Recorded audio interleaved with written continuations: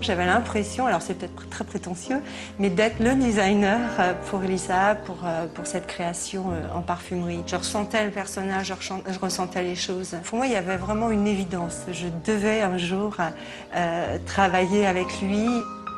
Elisa nous a présenté une belle pièce en cristal, un objet décoratif qui représentait justement tout, à la fois la pureté de la ligne, la préciosité. Il avait très envie qu'on puisse retraduire tout ça dans son flacon de parfum. Le flacon de parfum devait être un bel objet, mais ça devait être un flacon de parfum. C'était un bel objet de la parfumerie. Tout est extrêmement réfléchi.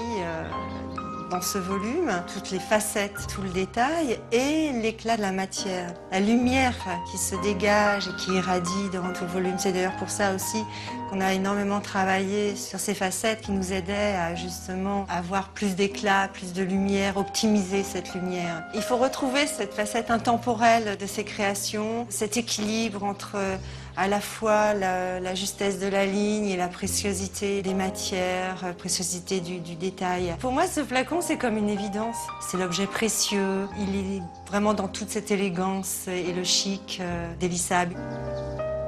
On a réalisé pour le capot 25 maquettes en tout. À chaque fois, c'était un grand travail de mesure, de calcul. On avait toujours l'impression d'être arrivé. Et à chaque fois, il nous disait non, on va retravailler cette ligne, on va retravailler cet angle, on va redoser tout le travail volumique. On se rendait compte qu'en finalité, il avait raison. On pouvait encore aller plus loin. C'est vraiment propre à Elisa de tout regarder. Il a un esprit assez étonnant ou une analyse volumique de l'architecture.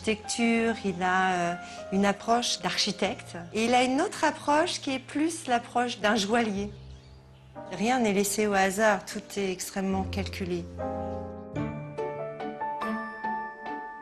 Il est très exigeant aussi sur la matière. Pour lui, le verre devait être toujours synonyme d'éclat, de profondeur, de réflexion de la lumière.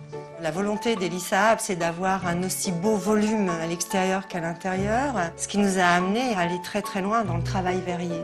D'ailleurs, il y a une réelle innovation technique verrière. Obtenir un poids de verre, obtenir une répartition, ce qu'on appelle la répartition du verre, dans un volume comme ça, en verrerie industrielle, c'est extrêmement complexe. C'est vrai que c'est un des rares flacons à avoir un aussi beau travail de verrier, presque à la hauteur d'un travail de cristallier.